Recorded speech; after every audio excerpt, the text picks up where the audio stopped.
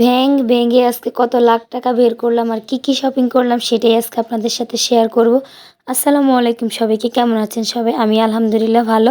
আজকে নিজের অনেক দিন থেকে জমানোর একটা ভেঙে পেলাম।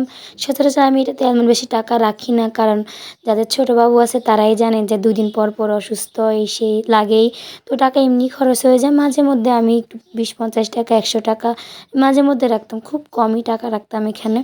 তো আজকে আমার ছেলের জন্য ভাবলাম যে এই ব্যাংকটা ভেঙে একটা গাড়ি কিনি, যাতে আমি টাকাটা বেশি জমাতে পারতেছি না এখানে, তো এটা রেখে আর কি করব, তো এটাকেই ভেঙে একটা কাজে লাগাই। তো এই তো আমি ব্যাংকটা আমার ছেলের হাত দিয়ে ভাঙাইলাম। বললাম না আমি এখানে বেশি টাকা রাখি নেই, মাঝে মাঝে এই যে 5-6 মাস হয়েছে আমি ব্যাংকটা নিছি, মাঝে মাঝে একটু যাই পারছি 10 টাকা 20 টাকা 50 টাকা এরকম করে রাখছি।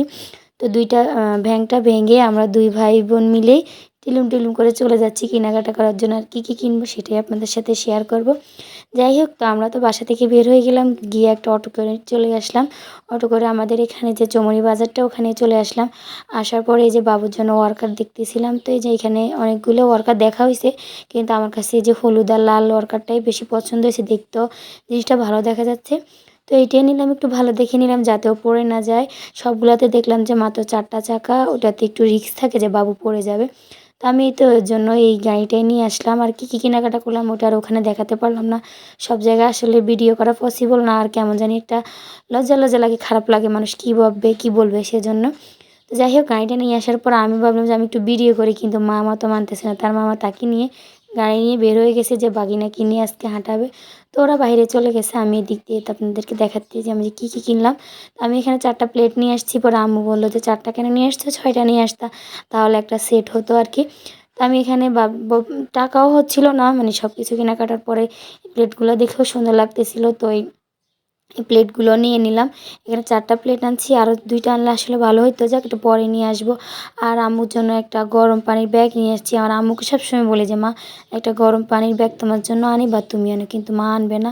মা ওই যে এইভাবে ওইভাবে করে, মার একটু পিঠে ব্যথা ঘাড় ব্যথা করলে মা কী করে অন্য কোনো কিছু দিয়ে মানে গরম পানি ঢুকিয়ে চেক দেয়, তারপর আনবে না। তো আজকে আমি মাকে না বলেই আমার জন্য একটা গরম পানির ব্যাগ নিয়ে আসলাম। অনলাইনে অনেক দেখছিলাম, কিন্তু ওইরকম বাজেট ফ্রেন্ডলি পাচ্ছিলাম না, ডেলিভারি চার্জ সহকারে আমার অনেক টাকা পড়ে যায়।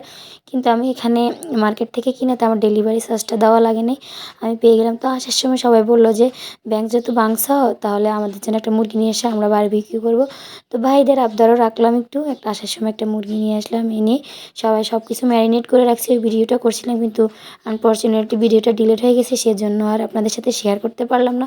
বারবিকিউর মানে রেসিপিটা কীভাবে মাখালাম, কী দিলাম সেগুলো শেয়ার করতে পারলাম না। যাই হোক, তো এখানেই তো আমরা বারবিকিউ প্রসেসিং সব কিছু করে বারবিকিউটা দিয়ে দিছি। এখানে আমার ভাই ও মানে সব কিছু ঠিক করতেছে, উপরে তেল দিয়ে রেখেছে। আমি এদিকে পরোটা বানাচ্ছি ঘরে, ভাবলাম সবার জন্য একটা করে পরোটা বানিয়ে নিই। বাইরে থেকে নিয়ে আসতে চাইছিলাম, কিন্তু টাকা হয় না, এই জন্য আর বাইরে থেকে নিয়ে আসা হয় নাই।